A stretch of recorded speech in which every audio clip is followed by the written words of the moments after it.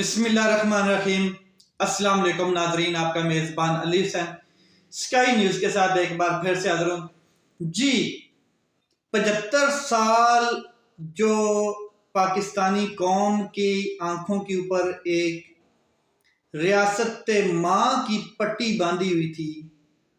اس ریاست کی ماں کی پٹی جو ہے یا جو ممتا جو ہے وہ ایکسپوز ہونے میں مجھے لگا تھا کہ 75 سال پورے مزید لگیں گے، لیکن بڑی سپیڈ کے ساتھ، بڑی تیزی کے ساتھ وہ جو ایک پٹی 75 سالوں میں قوم کی آنکھوں کے اوپر باندھی تھی وہ 16-17 ماہ میں اتر گئی۔ اور ایسا بھی نہیں ہوا کہ کسی ایک شخص نے آ کے وہ پٹی اتاری ہو قوم کی آنکھوں سے، نہیں، بلکہ ہر ادارے نے، ہر طاقتور شخص نے، ہر نظام نے اپنے آپ کو خود ایکسپوز کیا ہے اور وہ پٹی خود اتاری ہے، اور اب قوم کے سامنے ان کا مستقبل روز روشن کی طرح عیاں ہے۔ میں چاہتا ہوں کہ 4 دن باقی رہ گئے ہیں، 4 دن بعد آپ نے اپنے مستقبل کو منتخب کرنا ہے، سلیکٹ کرنا ہے، اور اگلے 5 سال کے لیے آپ نے پھر سو جانا ہے۔ لیکن اس بار اگر آپ نے کوئی غلطی کی، اس بار اگر آپ نے غلط چوائس اپنے لیے کر لی، تو پھر وہ 5 سال آپ کے اس اذیت سے گزریں گے جس اذیت سے یہ پچھلے 16 ماہ آپ کے گزرے ہیں۔ یہ صرف ایک ٹریلر تھا، ٹیزر تھا، فلم یہ لوگ پھر آپ کو دکھائیں گے 8 فروری کے بعد۔ اگر آپ نے اپنا جو نمائندہ ہے اس کا صحیح انتخاب نہیں کیا، اگر آپ نے اپنے ووٹ کا صحیح حق ادا نہیں کیا، اگر آپ نے اپنا ووٹ ضائع کر دیا، اگر آپ نے اپنا ووٹ کاسٹ نہیں کیا، تو پھر ہوگی دھاندلی بھی، پھر ہوگی ریگنگ، اور آپ کے ووٹ کی چوری بھی۔ آپ نے ہر حالت میں ووٹ دینا ہے، یہ اپنا فنڈامنٹل رائٹ ہر حالت میں ادا کرنا ہے۔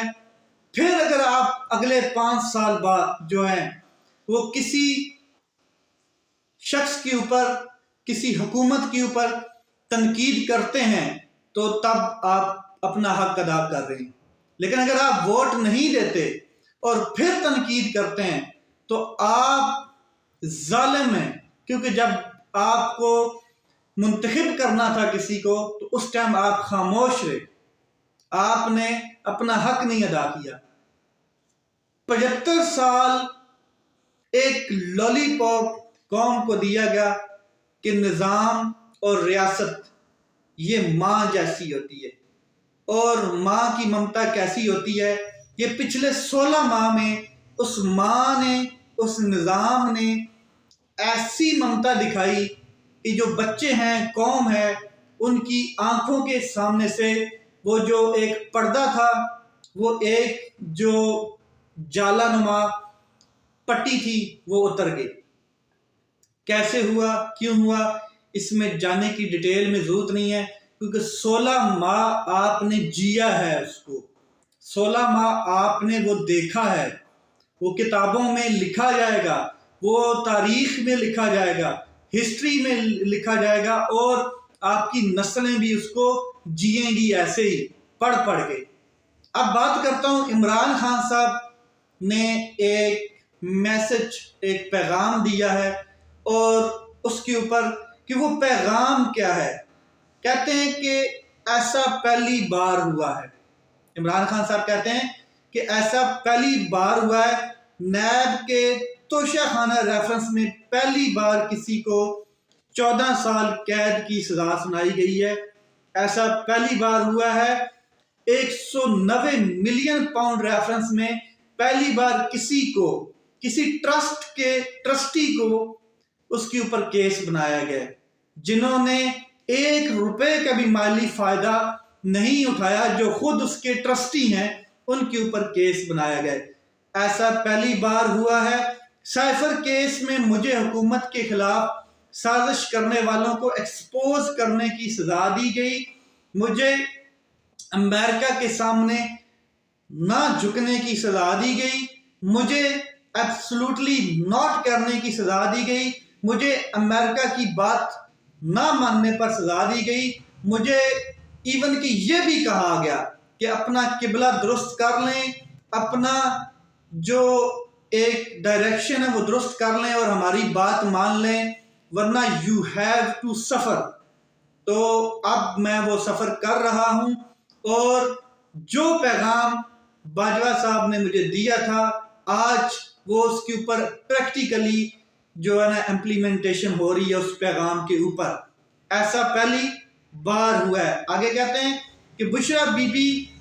القادر ٹرسٹ کی ٹرسٹی ہیں جنہوں نے 1 روپے کا بھی مالی فائدہ نہیں اٹھایا۔ پھر 9 مئی جس کے مقدمات مجھ پر بنائے گئے ہیں، اصل میں 9 مئی کو تو ظلم مجھ پر ہوا ہے۔ یہ بھی تاریخ میں پہلی بار ہوا ہے کہ ایک شخص جس پر 200 سے زائد مقدمات بنا لیے گئے ہیں، اور یہ پہلی بار ہوا ہے۔ پھر وہ کہتے ہیں کہ ایک مفرور ملزم کے ریکارڈ رفتار کے ساتھ مقدمات معاف کیے گئے، یہ بھی تاریخ میں پہلی بار ہوا ہے۔ انتخابات کی تاریخ کا اعلان ہوا، انہوں نے پی ٹی آئی کی ٹاپ لیڈرشپ جو تھی اس کو اڑا کے رکھ دیا، اور بی کلاس کی لیڈرشپ کو اغوا کر لیا گیا، کسی کو قید کر لیا گیا، کسی کو نکلنے نہیں دیا گیا۔ اس کے علاوہ جو سی کلاس کی پاکستان تحریک انصاف کی لیڈرشپ ہے وہ اس ٹائم الیکشن میں کنٹیسٹ کر رہی ہے۔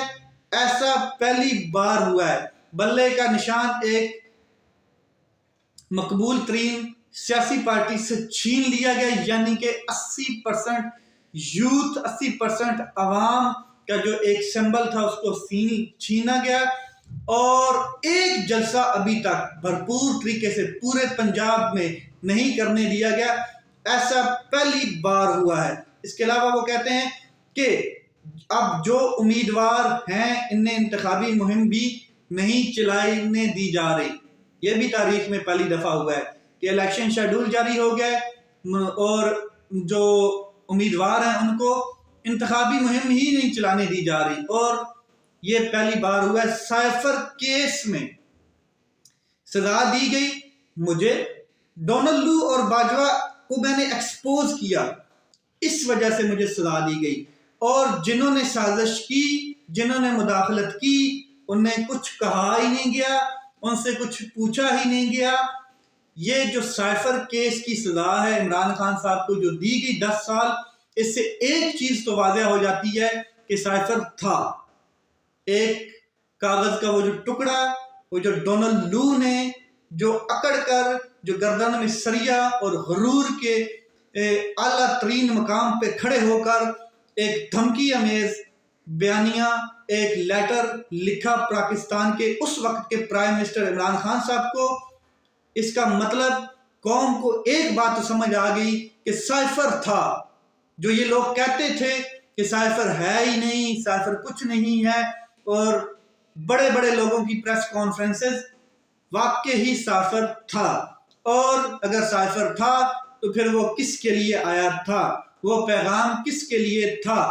وہ قوم کو کون بتائے گا؟ وہ پھر عمران خان صاحب ہی قوم کو بتائیں گے، کیونکہ چور کبھی چوری کر کے نہیں بتاتا کہ میں نے چوری کی ہے۔ اس کے علاوہ 9 مئی کو مجھے اغوا کیا گیا، 2 روز بند رکھا گیا، تنگ کیا گیا۔ اب الٹا 9 مئی کے مقدمات بھی مجھ پر ہی ہیں، کیس بھی مجھ پر ہے۔ میں تو 9 اور 10 مئی کو قید میں تھا۔ بتایا جائے کہ مجھ پہ کس چیز کے مقدمات بنائے گئے ہیں۔ ایک شخص جس کے اوپر ظلم کیا گیا، 9 مئی کو اس کو جس طریقے سے اٹھایا گیا اور عوام کے جذبات کو مجروح کیا گیا، اور اسی کے اوپر پھر 200 کے قریب مقدمات بھی تھے، اس کو گولیاں بھی مروائی گئیں،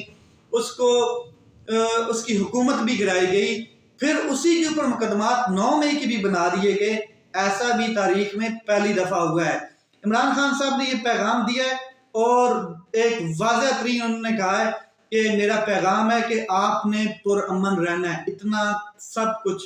سفر کرنے کے بعد بھی اگر ایک شخص یہ بات کر رہا ہے تو اس کی کاز دیکھیں، اس کا ویژن دیکھیں، اس کے نظریہ دیکھیں، وہ آپ کی کاز، ویژن اور نظریے کے ساتھ کھڑا ہے، وہ آپ کے مستقبل کے لیے کھڑا ہے۔ اتنا سب کچھ سفر کرنے کے بعد بھی وہ شخص کیا کہہ رہا ہے کہ آپ نے پرامن رہنا ہے، برداشت کرنا ہے، 8 فروری کو نکل کر ووٹ دینا ہے، ہزاروں سال جیل میں رہنا پڑے تو رہ لوں گا مگر ڈیل نہیں کروں گا، ڈیل کسی صورت میں نہیں ہوگی، قوم کی حقیقی آزادی کے اوپر کوئی سمجھوتا نہیں کروں گا، قوم کے مستقبل کے اوپر کوئی سمجھوتا نہیں کروں گا، اپنے